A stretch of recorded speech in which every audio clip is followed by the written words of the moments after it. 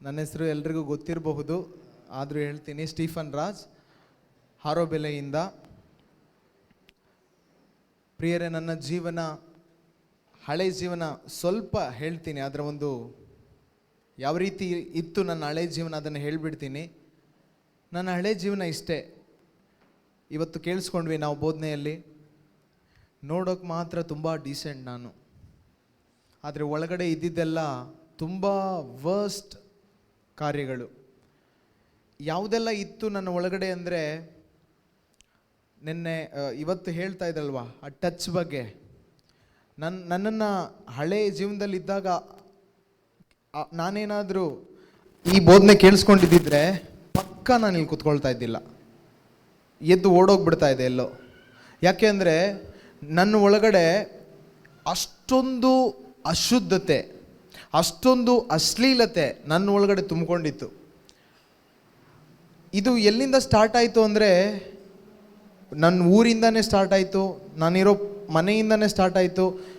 Start ಆಗಿದ್ದು ಹೇಗೆ ಅಂದರೆ, ದೇವರ ವಾಕ್ಯ ಹೇಳ್ತದಲ್ವ, ಮಾನವನು ಪಾಪ ಮಾಡುವುದು ತನ್ನ ಸ್ವಂತ ದುರಿಚ್ಛೆಯಿಂದ ಅಂತ.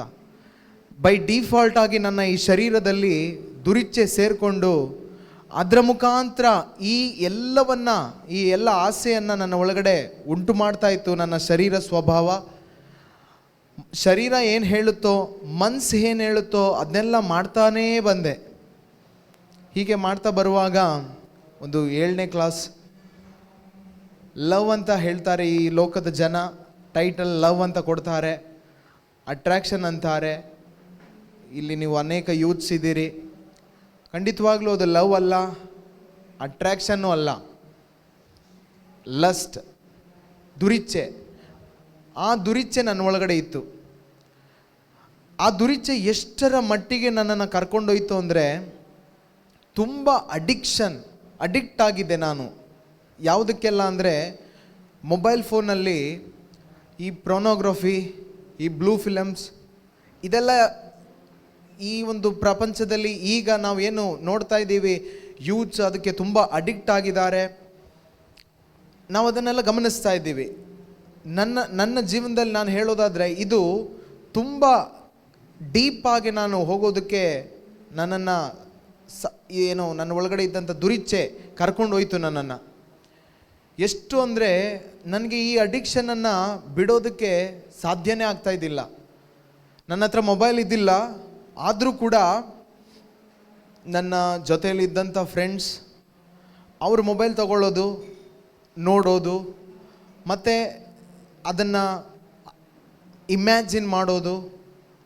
ಮಾತ್ರ ಅಲ್ಲ, ಅವಾಗಲೇ ಹೇಳ್ತಾ ಇದ್ರು ಬ್ರದರ್ ಏನಂತ, ಒಂದು ಪುರುಷನನ್ನು, ಸ್ತ್ರೀಯನ್ನು, ನಾನು ಪುರುಷನನ್ನು ನೋಡುವಾಗ ಏನೂ ಇಲ್ಲ, ಸ್ತ್ರೀಯನ್ನು ನೋಡುವಾಗ, ಒಂದು ಮಹಿಳೆಯರನ್ನು ನೋಡುವಾಗ, ಗರ್ಲ್ಸನ್ನು ನೋಡುವಾಗ ಮುಂಚೆ ಯಾವ ಥಾಟ್, ಯಾವ ಭಾವನೆ ಬರ್ತಾಯಿತ್ತು ಅಂದರೆ, ದುರಿಚ್ಛೆ. ಒಂದು ಎಕ್ಸ್ಪ್ಲನೇಷನ್ ಒಳಗಡೆನೇ ಆಗ್ತಾಯಿತ್ತು. ಸ್ವರ ಯಾವ ರೀತಿ, ಒಂದು ಸ್ವರ, ಈಗ ಪವಿತ್ರಾತ್ಮರು ನಮ್ಮ ಒಳಗಡೆ ಯಾವ ರೀತಿ ದೇವರ ವಾಕ್ಯನ ಎಕ್ಸ್ಪ್ಲೇನ್ ಮಾಡ್ತಾರೋ, ಸೈತಾನ ಒಳಗಡೆ ಸೇರಿಕೊಂಡು ಈ ಥರ ಎಕ್ಸ್ಪ್ಲೇನ್ ಮಾಡ್ತಾ ಇದ್ದ. ಅವಳು ನೋಡಿ ಎಷ್ಟು ಚೆನ್ನಾಗಿದ್ದಾಳೆ, ಅವಳ ನಡಿಗೆ ನೋಡಿ ಎಷ್ಟು ಚೆನ್ನಾಗಿದೆ, ಈ ಥರ ಡೀಟೇಲ್ ಆಗಿ ಎಕ್ಸ್ಪ್ಲೇನ್ ಮಾಡ್ತಾ ಇದ್ದ. ಅದನ್ನು ನಾನು ಎಂಜಾಯ್ ಮಾಡ್ತಾ ಇದ್ದೆ, ಅನುಭವಿಸ್ತಾ ಇದ್ದೆ. ಅನುಭವಿಸುವಾಗ ಆ ಕ್ಷಣಕ್ಕೆ ಒಂದು ರೀತಿಯ ಸುಖ, ಆದರೆ ಅದಾದಮೇಲೆ ಒಂದು ಲೋನ್ಲಿನೆಸ್, ಡಿಪ್ರೆಷನ್, ಡಿಸಪಾಯಿಂಟ್ಮೆಂಟ್, ಇದೇ ನನ್ನ ಜೀವನ. ಇದು ಹೀಗೆ ಕಂಟಿನ್ಯೂ ಆಗ್ತಾ ಇತ್ತು. ಮಾತ್ರ ಅಲ್ಲ, ಈ ಒಂದು ಜೀವನದಲ್ಲಿ ಹಿಂಗೆ ಕಂಟಿನ್ಯೂ ಆಗುವಾಗ ಈ ಆಸೆ ಎಷ್ಟು ಕರ್ಕೊಂಡೋಯ್ತು ಅಂದರೆ, ನನ್ನ ಫ್ರೆಂಡ್ಸ್ ಸರ್ಕಲಲ್ಲಿರುವಾಗ ಇದು ನನ್ನನ್ನು ಡ್ರಿಂಕ್ಸ್ಗೂ ಕೂಡ, ಸ್ಮೋಕಿಂಗೂ ಕೂಡ, ಯಾವುದು ಒಳಗಡೆ ಇರೋದು ಗಣ ಸೇರ್ಕೊಂಡ್ಬಿಟ್ಟಿದೆ ನನ್ನೊಳಗಡೆ. ಮುಂಚೆ ಸೇರಿಕೊಂಡು ಇದನ್ನು ತಿನ್ನು, ಇದನ್ನು ಕುಡಿ, ಅದನ್ನು ನೋಡು, ಅಲ್ಲೋಗು, ಅದು ಮಾಡು, ಇದು ಮಾಡು, ಇದೇ. ಯಾವ ರೀತಿಯ ಸಮಾಧಿ ಗುಹೆ ಒಳಗಡೆ ಆ ಪಿಶಾಚಿ ಪೀಡಿತ ಇದ್ದ ಅಲ್ವಾ, ನೀವು ಓದಿರ್ಬೋದು ಅದನ್ನು. ಅಲ್ಲಿ ನಾವು ನೋಡುವಾಗ ಅಲ್ಲಿ ಪಿಶಾಚಿ ಪೀಡಿತ ಅವನ್ನ ಬಿಡೋದೇ ಇಲ್ಲ. ಅದು ಅವನು ಹರ್ಟ್ ಮಾಡ್ಕೊಳ್ಳೋ ಥರ ಮಾಡುತ್ತೆ. ಪಿಶಾಚಿ, ಸೈತಾನ, ದುರಾತ್ಮ, ನನ್ನೊಳಗಡೆ ಆ ದುರಾತ್ಮ ಸೇರಿಕೊಂಡು ಕೆಟ್ಟದನ್ನ ನೋಡು, ತಿನ್ನು, ಕುಡಿ, ಅದು ಮಾಡು, ಇದು ಮಾಡು, ಅಲ್ಲೋಗು, ಇಲ್ಲೋಗು, ಇದೇ ಒಂದು ದುರಾತ್ಮ ಹಿಡ್ದವನು, ಗಣ ಹಿಡ್ದವನು. ನಾನು ಮನೇಲಿದ್ದರೆ ಮನೇಲಿ ಸಮಾಧಾನನೇ ಇರಲ್ಲ. ನನ್ನ ತಂದೆ ತಾಯಿ ನಾನು ಬಂದರೆ ಜಗಳ ಸ್ಟಾರ್ಟ್. ನನ್ನ ಸಹೋದರ ಕೂಡ ಇದ್ದ, ಅವನದೇ ಒಂದು ಜೀವನ. ಮನೇಲಿ ಸಮಾಧಾನ ಇಲ್ಲ, ಶಾಂತಿ ಇಲ್ಲ. ನನ್ನ ಕುಟುಂಬ ಹೇಳೋಕೆ ಹೋದರೆ ಯಾವ ರೀತಿಯ ಕುಟುಂಬ ಅಂದರೆ ಕಥೋಲಿಕ ಕ್ರೈಸ್ತ ಕುಟುಂಬ ಮಾತ್ರ ಅಲ್ಲ, ಕರಿಸ್ಮ್ಯಾಟಿಕ್ ರಿಟ್ರೀಟ್ಸ್ಗೆಲ್ಲ ಹೋಗಿ ಬರ್ತಾ ಇದ್ದಂಥ ಕುಟುಂಬ. ನನ್ನ ತಾಯಿ ಇಲ್ಲೇ ಇದ್ದಾರೆ. ಅವ್ರ ಹೆಸರು ಎಷ್ಟು ಫೇಮಸ್ ಅಂದರೆ ರಿಟ್ರೀಟ್ಸ್ಗೆಲ್ಲ ಒಂದೊಂದು ಬಸ್ಸು ಟೆಂಪೋ ಮಾಡಿ ಕರ್ಕೊಂಡು ಹೋಗ್ತಾಯಿದ್ರು ಜನರನ್ನು. ಆದರೆ ಮನೆ ಒಳಗಡೆ ನೋಡಿದ್ರೆ ಸಮಾಧಿ, ಸತ್ತು ಕೊಳೆತು ನಾರ್ತಾ ಇರುವಂಥ ಪರಿಸ್ಥಿತಿ. ಅದೇ ಪರಿಸ್ಥಿತಿಯಲ್ಲಿ ನನ್ನ ಕುಟುಂಬ, ನನ್ನ ಹೃದಯ ಇದ್ದಿದ್ದು. ಈ ಒಂದು ಪರಿಸ್ಥಿತಿಯಲ್ಲಿ ಹಿಂಗೆ ಕಂಟಿನ್ಯೂ ಆಗುವಾಗ ನನಗೆ ಸೂಸೈಡ್ ಮಾಡ್ಕೊಳ್ಬೇಕು, ಸಾಯಬೇಕು, ಬದುಕಿ ಏನು ಮಾಡೋದಿದೆ, ವೇಸ್ಟ್ ಜೀವನ ಅಂತ ಎಷ್ಟೋ ಸಾರಿ ಅನ್ನಿಸ್ತಾ ಇತ್ತು. ನನ್ನ ಮೈಂಡಲ್ಲಿ ಓಡ್ತಾ ಇದ್ದ ಥಿಂಕಿಂಗ್ ಎಲ್ಲ ತುಂಬ ಈ ಲಸ್ಟ್ಫುಲ್ ಥಿಂಕಿಂಗ್, ಈ ಸೈತಾನ ಕೊಡುವಂಥ ಆಲೋಚನೆ ಎಲ್ಲ ಒಂದು ರೀತಿಯ ಪೈಶಾಚಿಕವಾದದ್ದು, ಅದೇ ಓಡ್ತಾ ಇದ್ದಿದ್ದು. ಇದರಿಂದ ಹೊರಗಡೆ ಬರೋದಕ್ಕೆ ಎಷ್ಟು ಟ್ರೈ ಮಾಡಿದ್ರೂ ಆಗ್ತಾನೇ ಇರಲಿಲ್ಲ. ಒಂದು ಮನಸ್ಸಿತ್ತು, ಆಗ್ತಾ ಇರಲಿಲ್ಲ. ಹೀಗೆ ಕಂಟಿನ್ಯೂ ಆಗ್ತಾನೇ ಇತ್ತು. ಕಂಟಿನ್ಯೂ ಆಗುವಾಗ ಒಂದು ಫಸ್ಟ್ PUCಗೆಲ್ಲ ಬರುವಾಗ ಸ್ವಲ್ಪ ಈ ಪೋಲಿ ಹುಡುಗರ ಸಂಘ, ದುರ್ಜನರ ಸಂಘ ಸದಾಚಾರ ಭಂಗ ಅಂತ ಹೇಳ್ತದಲ್ವ ದೇವರ ವಾಕ್ಯ. ಅದೇ ಥರ ನಾನು ಕೂಡ ಪೋಲಿ ಹುಡುಗರ ಸಂಘ ಜಾಸ್ತಿ ಮಾಡಿದೆ. ಅವ್ರು ಏನೇನೆಲ್ಲ ಮಾಡ್ತಾರೋ ಅದರಲ್ಲಿ ಇನ್ವಾಲ್ವ್ ಆಗೋದಕ್ಕೆ ಸ್ಟಾರ್ಟ್ ಆದೆ. ಅವ್ರು ಮಾಡ್ತಾ ಇದ್ದಿದ್ದು ಸಾಧಾರಣ ಅಲ್ಲ. ಕಳ್ತನ ಮಾಡೋದು, ಡೀಸೆಲ್ ಕದಿಯೋದು, ಪೆಟ್ರೋಲ್ ಕದಿಯೋದು, ಅದು ಮಾಡೋದು, ಇದು ಮಾಡೋದು, ಎಲ್ಲದರಲ್ಲೂ ಹೋಗ್ತಾ ಇದೆ. ಆದರೂ ಎಲ್ಲೋ ಒಂದು ಕಡೆ ಭಯ, ಅಯ್ಯೋ ಕಳ್ತನ ಮಾಡ್ತಾ ಇದ್ದೀನಲ್ಲ, ಸಿಕ್ಕಾಕೊಂಡ್ಬಿಟ್ರೆ, ಮನೇಲಿ ಗೊತ್ತಿಲ್ಲ ಇದೇನು, ಮನೇಲಿ ಜನರ ಮುಂದೆ ನನ್ನನ್ನು ಮನೇಲಿ ಜನರು ಅಪ್ಪ ಅಮ್ಮನ ಹತ್ರ ಇಂಟ್ರಡ್ಯೂಸ್ ಮಾಡೋದು ಅಥವಾ ಹೇಳೋದು ಹೆಂಗೆ ಅಂದರೆ, ನಿಮ್ಮ ಮಗ ಮೊದಲನೇ ಮಗ, ದೊಡ್ಡ ಮಗ, ತುಂಬ ಒಳ್ಳೆಯವನು, ಅವನು ಎಲ್ಲರ ಥರ ಅಲ್ಲ, ಸೈಲೆಂಟ್ ತುಂಬ. ಈ ಸೈಲೆಂಟ್ ಒಳಗಡೆ ಈ ಗಣ ತುಂಬ್ಕೊಂಡಿದ್ದು, ಗಣ ತುಂಬಿಕೊಂಡು ಮಾಡಿಸ್ತಾ ಇದ್ದಿದ್ದೆಲ್ಲ ಇದೆ. ಹೀಗೆ ಹೋಗ್ತಾ ಇರುವಾಗ ಎಲ್ಲಿ ಹೋದರೂ ನನ್ನ ಜೀವನದಲ್ಲಿ ಫೇಲಿಯರ್, ಏನೇ ಮಾಡಿದ್ರೂ ಸೋಲು. ಯಾಕೆ ಅಂದರೆ ಒಳಗಡೆ ಈ ದುರಾತ್ಮ ಸೇರ್ಕೊಂಡಿರುವಾಗ ಸಕ್ಸಸ್ ಎಲ್ಲಾಗುತ್ತೆ, ಎಲ್ಲೂ ಸಕ್ಸಸ್ ಆಗಲ್ಲ. ಅದೇ ಥರ ಹಿಂಗೆ ಕಂಟಿನ್ಯೂ ಆಗಿ ಹೋಗುವಾಗ ನನ್ನ ತಂದೆ ತಾಯಿಗೆ ಅವರು ಆ ಥರ ಹೇಳ್ತಾ ಇದ್ರು. ನಾನು ಮನೇಲಿ ತೋರಿಸ್ಕೊಳ್ತಾ ಇದ್ದಿಲ್ಲ. ಮನೆಗೆ ಡ್ರಿಂಕ್ಸ್ ಮಾಡಿ ಏನಾದರೂ ಬಂದರೆ, ಸ್ಮೋಕ್ ಮಾಡಿ ಏನಾದರೂ ನಾನು ಬಂದರೆ ಬಾಯನ್ನು ಈ ಪೇಸ್ಟ್ ಬರ್ತಾಯಿತ್ತು, ಅದನ್ನು ಹಾಕ್ಕೊಂಡು ಚೆನ್ನಾಗಿ ಬ್ರಷ್ ಮಾಡಿ ಆಮೇಲೆ ಹೋಗ್ತಾ ಇದ್ದೆ. ಯಾಕಂದರೆ ಸ್ಮೆಲ್ ಬರಬಾರ್ದಲ್ವಾ, ಮೇಂಟೈನ್ ಮಾಡ್ತಾ ಇದ್ದೆ. ಎಂಥ ಕಪಟತನ ಅಂದರೆ, ಎಂಥ ನಾಟಕ ಮಾಡ್ತಾಯಿದ್ದೆ ಅಂದರೆ, ಅಷ್ಟೊಂದು ಹೊಲಸಾದ ಜೀವನ.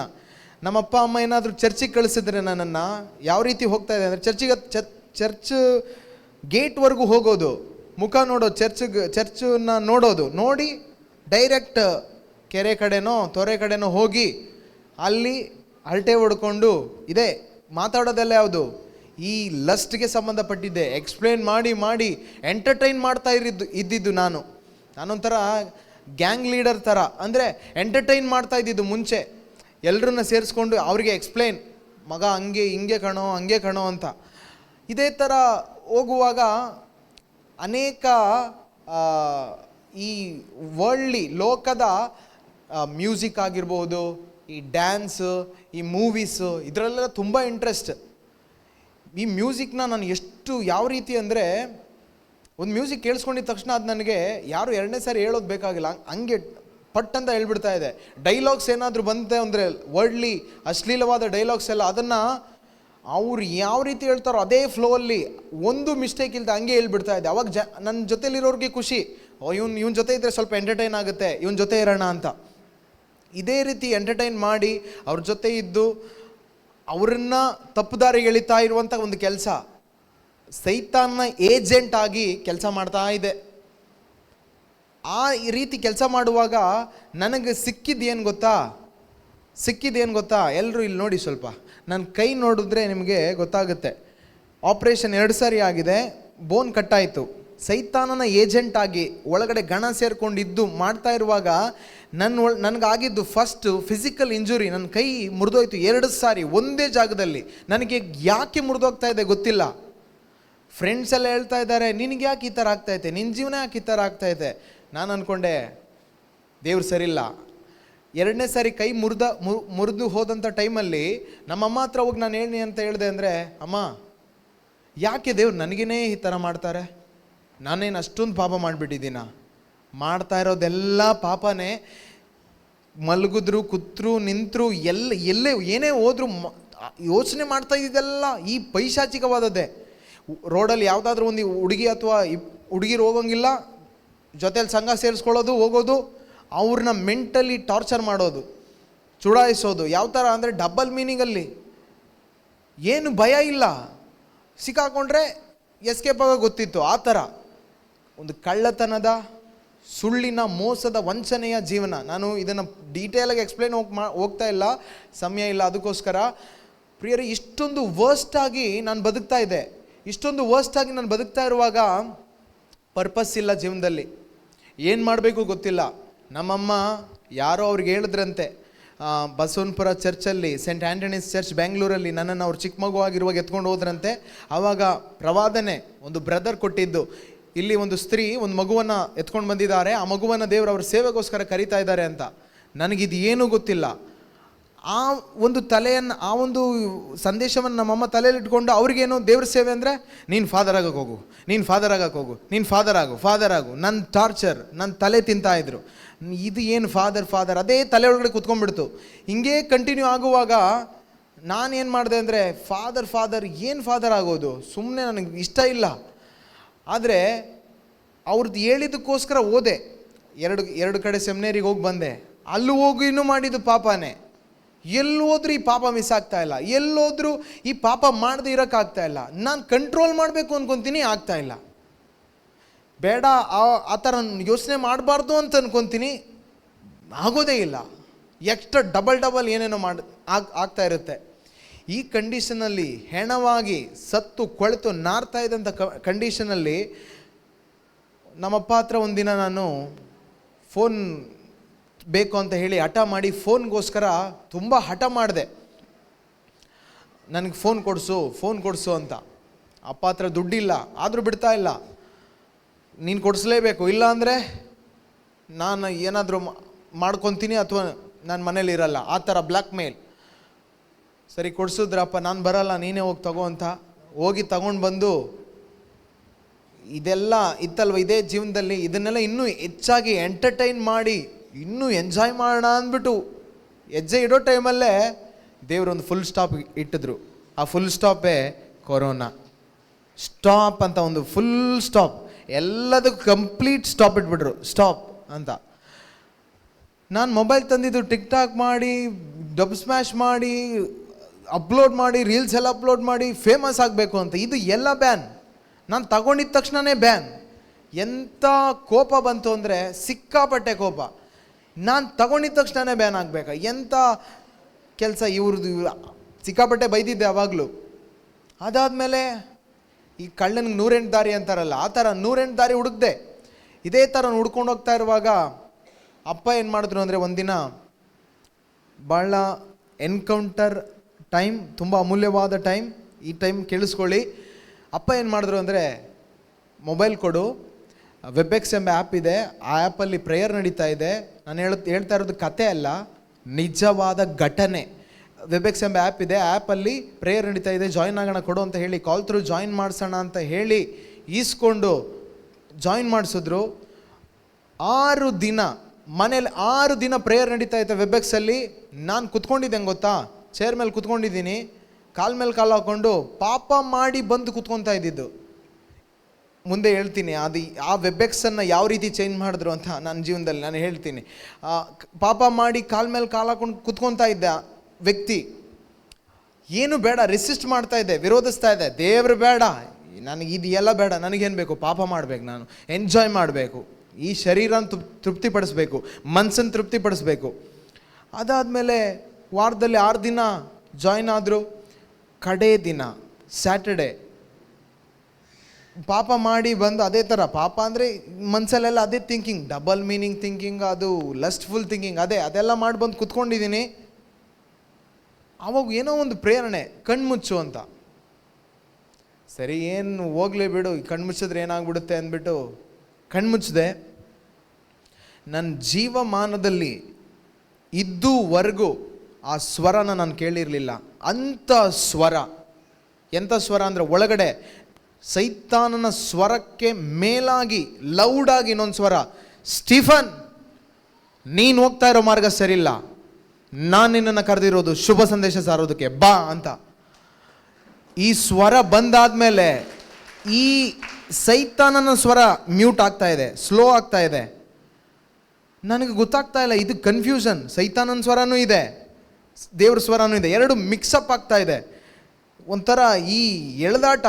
ಸೈತಾನ ಈ ಕಡೆ ಎಳಿತಾ ಇದ್ದಾನೆ, ಯೇಸು ಈ ಕಡೆ ಎಳಿತಾ ಇದ್ದಾರೆ. ಇಲ್ಲ ನಾನು ನೋಡ್ತೀನಿ ಅಂತ ಇವನು, ಯೇಸು ಇಲ್ಲ ಇದು ನನಗೆ ಬೇಕು ಅಂತ. ಪ್ರಿಯರೇ, ನನಗಾಗಲೇ ಇಲ್ಲ, ಜಯ ಯೇಸುದೆ. ಕೊನೆಗೆ ನಾನೇನು ಮಾಡಿದೆ ಅಂದರೆ, ಆಗಿಲ್ಲ, ಬ್ರದರ್ಗೆ ಫೋನ್ ಮಾಡಿಬಿಟ್ಟು, ಬ್ರದರ್ ಈ ಥರ ಆಗ್ತಾ ಇದೆ, ಏನು ಮಾಡಲಿ ಅಂತ.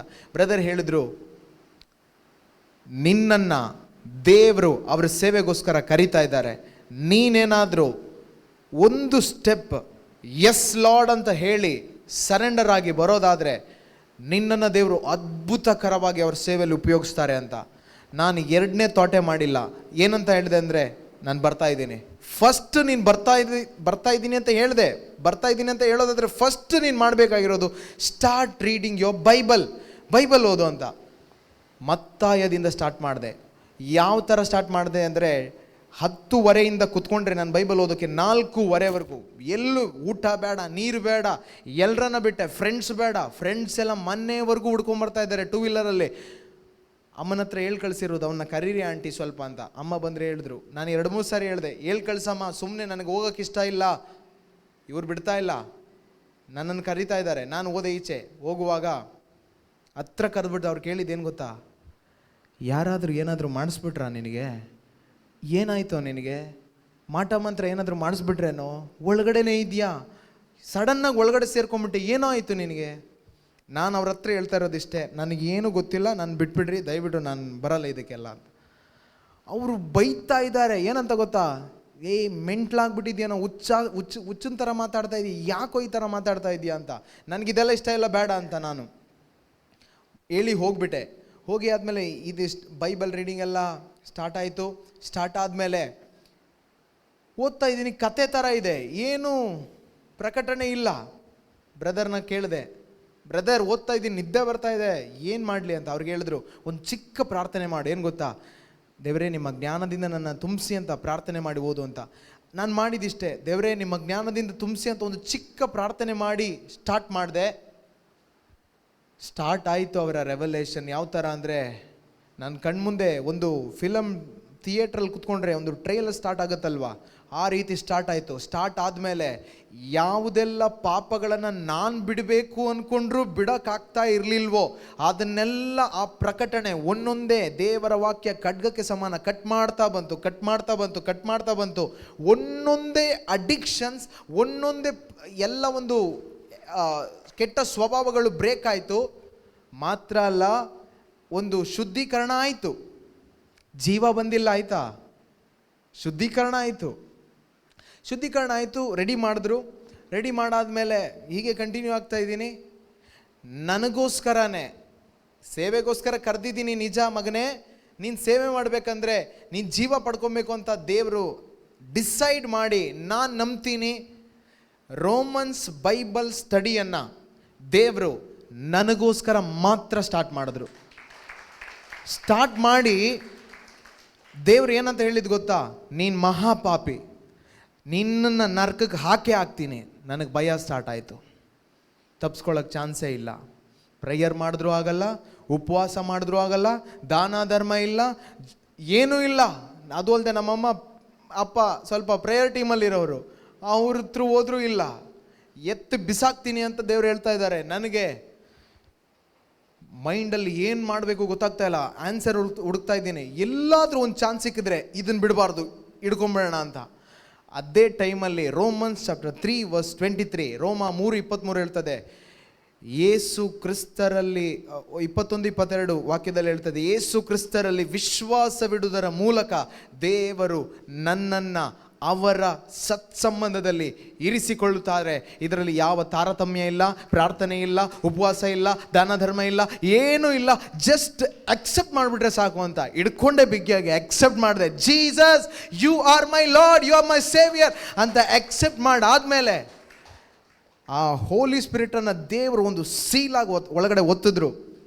ಅವತ್ತಿಂದ ಆ ಸೀಲ್ ಒಳಗಡೆ ಇದೆ. ಇವತ್ತು ನಾನು ಧೈರ್ಯವಾಗಿ ಹೇಳ್ತೀನಿ, I am the property of god. ನಾನು ದೇವರ ಸೊತ್ತಾಗಿದ್ದೇನೆ. ಪ್ರಿಯರೇ, ಅದಾದಮೇಲೆ ಜೀವ ಬಂದಾದಮೇಲೆ ಒಂದೊಂದೇ ಸ್ಟೆಪ್ ಬೈ ಸ್ಟೆಪ್ ಅಪ್ಪ ಕಲಿಸ್ತಾ ಹೋದ್ರು. ಇದೇ ಥರ ನಡಿ ಮಗನೆ, ಇದೇ ಥರ. ಯಾವ ಥರ ಅವ್ರ ಜೊತೆ ಒಂದು ಇಂಟಿಮಸಿ ಸ್ಟಾರ್ಟ್ ಆಯಿತು ನನಗೆ ಅಂದರೆ, ಒಂದು ಸಂಬಂಧ ಸ್ಟಾರ್ಟ್ ಆಯಿತು ಅಂದರೆ, ಒಂದು ಫ್ರೆಂಡ್ಸ್ ಜೊತೆ ನಾನು ಯಾವ ರೀತಿ ಮಾತಾಡ್ತೀವಿ, ಒಂದು ತುಂಬ ಆತ್ಮೀಯರ ಜೊತೆ ನಾವು ಯಾವ ರೀತಿ ಮಾತಾಡ್ತೀವಿ. ನಾವು ಚಿಕ್ಕ ಚಿಕ್ಕಗೂ ಕೇಳ್ತಾ ಇದ್ದೆ, ಏನಂತ ಗೊತ್ತಾ, ಅಪ್ಪ ನಾನು ಈ ಥರ ಕೂದಲು ತಲೆ ಬಾಚ್ಬೋದಾ? ನಿಮಗೆ ನಗು ಬರ್ಬೋದು. ಅವರು ಕೆಲವೊಂದು ಸಾರಿ ನಾನು ಸ್ವಲ್ಪ ಎಕ್ಸ್ಟ್ರಾ ಎಲ್ಲ ಮಾಡೋಕ್ಕೋಗುವಾಗ ಜಾಸ್ತಿ ಬಾಚ್ತಾ ಇದೆಯಾ ಅಂತ ಅನ್ನಿಸ್ತಾ ಇದೆ, ಸಾಕು ಓವರ್ ಬೇಡ ಅಂತ ಎತ್ತು ಬಿಸಾಕ್ತಾ ಇದೆ ಬಾಸಣಿಗೆನ ಆ ಕಡೆ ಕೂಂಬನ. ಆಮೇಲೆ ಊಟ ಮಾಡೋ ಟೈಮಲ್ಲಿ ಚೆನ್ನಾಗಿ ತಿನ್ನಬೇಕು. ಮುಂಚೆ ಏನು ಗೊತ್ತಾ, ಚೆನ್ನಾಗಿ ತಿನ್ನಬೇಕು. ಕಿಚನ್ಗೆ ಹೋಗಿ ಅಯ್ಯೋ ಮಾಡಿದಾರಲ್ಲ ಅಮ್ಮ ಅಂತ ಹೇಳಿ ಕುಕ್ಕರ್ ಓಪನ್ ಮಾಡಿ ತಟ್ಟೆಗೆ ಹಾಕೊಳ್ಳೋ ಟೈಮಲ್ಲಿ ಒಳಗಡೆಯಿಂದ ಜಾಸ್ತಿ ತಿನ್ನಬೇಡ, ಈಗ ನಿದ್ದೆ ಬಂದುಬಿಡುತ್ತೆ ತಿಂದರೆ. ನನಗೆ ಹೋಯ್ತು ಇದು ಹೋಯ್ತು ಅಂದ್ಬಿಟ್ಟು ಸ್ವಲ್ಪನೇ ಹಾಕ್ಕೊಂಡು ಬಂದು ಕೂತ್ಕೊಂಡು ತಿಂದ್ಬಿಟ್ಟು ಮತ್ತೆ ಏನು ಗೊತ್ತಾ ನನ್ನ ಕೆಲಸ ಇಷ್ಟೇ, ಬೈಬಲ್ ಜೊತೆ. ಅವಾಗ ಏನಾಯಿತು ಅಂದರೆ, ಯೇಸುವನ್ನು ಲಿಟ್ರಲಿ ನಾನು ಅನುಭವಿಸೋದಕ್ಕಾಯ್ತು. ಯಾವ ಥರ ಗೊತ್ತಾ, ಈ ಪಿಲ್ಲರ್ ಆಫ್ ಕ್ಲೌಡ್ ಥರ ಯೇಸುವನ್ನು ನಾನು ಎಲ್ಲೋದ್ರೂ ಅವ್ರು ನನ್ನ ಜೊತೆನೇ ನಡೆಯೋ ಥರ, ನನ್ನ ಜೊತೆನೇ ಇರೋ ಥರ, ಮಾತಾಡೋ ಥರ ಅಲ್ಲ. ನಾನು ಹೇಳ್ತಾ ಇರೋದು ನಿಮ್ಗೆ ಎಕ್ಸಾಂಪಲ್. ನನಗೆ ಅದು ಆ ಅನುಭವ ಆಯಿತು. ಯೇಸು ಅಲ್ಲಿಂದ ಸ್ಟಾರ್ಟ್ ಆಯಿತು ನನ್ನ ಮತ್ತು ಯೇಸುವಿನ ಜರ್ನಿ. ಸ್ಟಾರ್ಟ್ ಆದಮೇಲೆ ದೇವರು ಏನು ಮಾಡಿದ್ರು ಅಂದರೆ, ಆ ಪಿಶಾಚಿ ಪೀಡಿತನನ್ನು ಬಿಡುಗಡೆ ಮಾಡಾದ್ಮೇಲೆ ಫಸ್ಟ್ ಕಳಿಸಿದ್ದೆ, ನೀನು ಮನೆಗೆ ಹೋಗು ಅಂತ. ನಾನು ಸ್ಟಾರ್ಟ್ ಮಾಡಿದೆ, ಕುಣಿಸ್ಕೊಂಡೆ ಅಮ್ಮನ್ನ. ಅಮ್ಮ, ದೇವ್ರ ವಾಕ್ಯ ಈ ಥರ ಹೇಳ್ತಾ ಇದೆ, ಬಿಡು ಅದನ್ನು. ಅಪ್ಪನ ಕುಣಿಸ್ಕೊಂಡೆ, ದೇವ್ರ ವಾಕ್ಯ ಈ ಥರ ಹೇಳ್ತಾ ಇದೆ, ಇದೇ ಶುಭ ಸಂದೇಶ, ಸತ್ತೋಗ್ಬಿಡ್ತೀರಾ ಇದನ್ನ ಅಕ್ಸೆಪ್ಟ್ ಮಾಡಿಲ್ಲ ಅಂದರೆ ಅಕ್ಸೆಪ್ಟ್ ಮಾಡಿ. ಅವ್ರು ಒಪ್ಕೊಳ್ಳೋಕೆ ಸ್ಟಾರ್ಟ್ ಆದರು. ನಮ್ಮ ತಮ್ಮನ್ನು ಕುಣಿಸ್ಕೊಂಡೆ, ಎಲ್ರಿಗೂ ಕುಣಿಸ್ಕೊಂಡು ಹೇಳಿದ್ದಿದೆ. ಈಗ ಧೈರ್ಯವಾಗಿ ಹೇಳ್ತೇನೆ, ನೀನು ವಿಶ್ವಾಸವಿಡು, ನೀನು ನಿನ್ನ ಕುಟುಂಬ ರಕ್ಷಣೆ ಹೊಂದುತ್ತದೆ ಎಂಬಂಥ ವಾಕ್ಯ ನನ್ನ ಕುಟುಂಬದಲ್ಲಿ ನಾನು ನೋಡಿದ್ದೀನಿ. ಅದು ನೆರವೇರಿದೆ. ಸುಳ್ಳಲ್ಲ, ಸತ್ಯ, 100% ಸತ್ಯ. ನಾನು ಅನುಭವಿಸಿರೋದು ನನ್ನ ಕುಟುಂಬದಲ್ಲಿ ಮಾತ್ರ ಅಲ್ಲ, ರಿಲೇಟಿವ್ಸ್ಗೂ ಸ್ಪ್ರೆಡ್ ಆಯಿತು. ವೈರಸ್ ಥರ ಸ್ಪ್ರೆಡ್ ಆಯಿತು. ರಿಲೇಟಿವ್ಸ್ಗೂ ಕೂಡ ನಾನು ಹೇಳಿದಿಷ್ಟೇ, ಯೇಸುವಿನಲ್ಲಿ ವಿಶ್ವಾಸ ಇಟ್ಟು ಅಕ್ಸೆಪ್ಟ್ ಮಾಡಿದ್ರೆ ಮಾತ್ರ ಸ್ವರ್ಗ, ಇಲ್ಲ ಅಂದರೆ ನಿಮ್ಮನ್ನು ತೆಗೆದು ಬೆಂಕಿಗೆ ಹಾಕ್ತಾ ಇರೋದೇವ್ರು ಅಷ್ಟೇ. ಅವರು ಅಕ್ಸೆಪ್ಟ್ ಮಾಡೋಕ್ಕೆ ಸ್ಟಾರ್ಟ್ ಆದರು, ಅವ್ರು ಒಪ್ಕೊಳ್ಳೋಕೆ ಸ್ಟಾರ್ಟ್ ಆದರು. ಬೇಡದೇ ಇರೋದೆಲ್ಲ ತೆಗೆದು ಬಿಸಾಕಕ್ಕೆ ಸ್ಟಾರ್ಟ್ ಆದರು. ಮಾತ್ರ ಅಲ್ಲ, ಇದೇ ಕಂಟಿನ್ಯೂ ಆದಮೇಲೆ ದೇವರು ಕೆಲವೊಂದು ವರದಾನಗಳನ್ನು, ಈ ಕೆಟ್ಟದ್ದನ್ನು ಒಳಿತಾಗಿ ಮಾಡ್ತಾರೆ ಅಂತಾರಲ್ಲ, ಆ ರೀತಿ ದೇವರು ನನ್ನಲ್ಲಿ ಕೆಟ್ಟದ್ದಾಗಿ ಸೈತಾನ ಯೂಸ್ ಮಾಡ್ತಾ ಇದ್ದಂಥ ಕೆಲವೊಂದು ವಸ್ತುಗಳನ್ನು, ಕಾರ್ಯಗಳನ್ನು ದೇವರು ಯೂಸ್ ಮಾಡೋಕ್ಕೆ ಸ್ಟಾರ್ಟ್ ಆದರು. ಏನು ಅಂದರೆ, ನಾನು ಮುಂಚೆ ಹಾಡ್ತಾ ಇದ್ದೆ, ಕತ್ತೆ ಥರ ವಾಯ್ಸ್, ಒಂದು ರೀತಿ ಪೈಶಾಚಿಕ ವಾಯ್ಸ್, ಅದರಲ್ಲಿ ಒಂಥರ ಅದೇ ಟಚ್ ಬಗ್ಗೆ ಹೇಳಿದ್ರಲ್ಲ ಅದೇ ಥರ ವಾಯ್ಸು.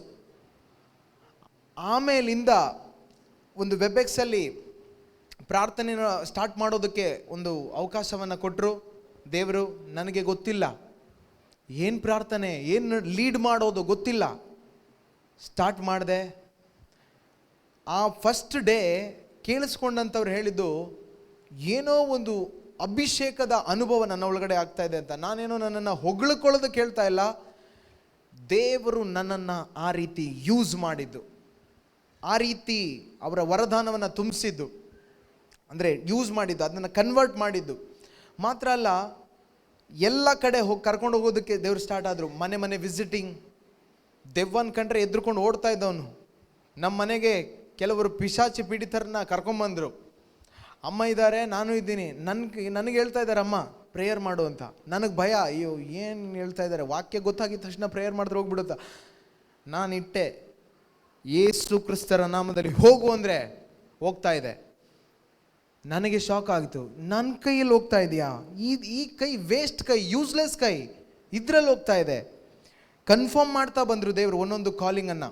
ಅದಾದಮೇಲೆ ಫೈನಲಿ ಒಂದು ಮಿನಿಸ್ಟ್ರಿಗೆ ದೇವರು ನನ್ನ ಎತ್ಬಿಟ್ಟು ಹಾಕಿದ್ರು. ಆ ಮಿನಿಸ್ಟ್ರಿನೇ Jesus the living word ministry. ಇವತ್ತು ಆ ಮಿನಿಸ್ಟ್ರಿಯಲ್ಲಿ ನಾನು ಇದ್ದೀನಿ.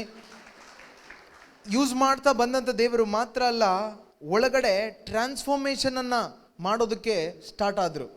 ಎಲ್ಲ ಆಲೋಚನೆಗಳಲ್ಲಿ ಇವತ್ತು ನಾನು ಧೈರ್ಯವಾಗಿ ಹೇಳ್ಕೊಳ್ತೀನಿ, ಒಂದು ಸ್ತ್ರೀಯರನ್ನು ಅಥವಾ ಗರ್ಲ್ಸನ್ನು ನಾನು ನೋಡುವಾಗ ಅಕ್ಕ ತಂಗಿಯರೆಂದು ಪರಿಗಣಿಸಿ ನೋಡೋದಕ್ಕೆ ಸಾಧ್ಯ ಆಗ್ತಾ ಇದೆ ನನ್ನ ಒಳಗಡೆ.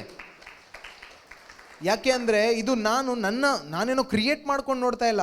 ಈಗ ಕೆಟ್ಟ ಆಲೋಚನೆ ಬರಲ್ಲ, ಬಂದಿದ್ದ ತಕ್ಷಣ ಏನು ಮಾಡ್ತೀನಿ ಗೊತ್ತಾ, ಒಳಗಡೆ ಒಂದು ವಾಯ್ಸು, ಯೇಸು ನಾಮದಲ್ಲಿ ಇದನ್ನು ಬಹಿಷ್ಕರಿಸ್ತಾ ಇದ್ದೀನಿ ಅಂತ ಬಹಿಷ್ಕಾರ ಹಾಕೋಕ್ಕಾಗ್ತಾ ಇದೆ, ಅದನ್ನು ಜಯಿಸೋದಕ್ಕಾಗ್ತಾ ಇದೆ.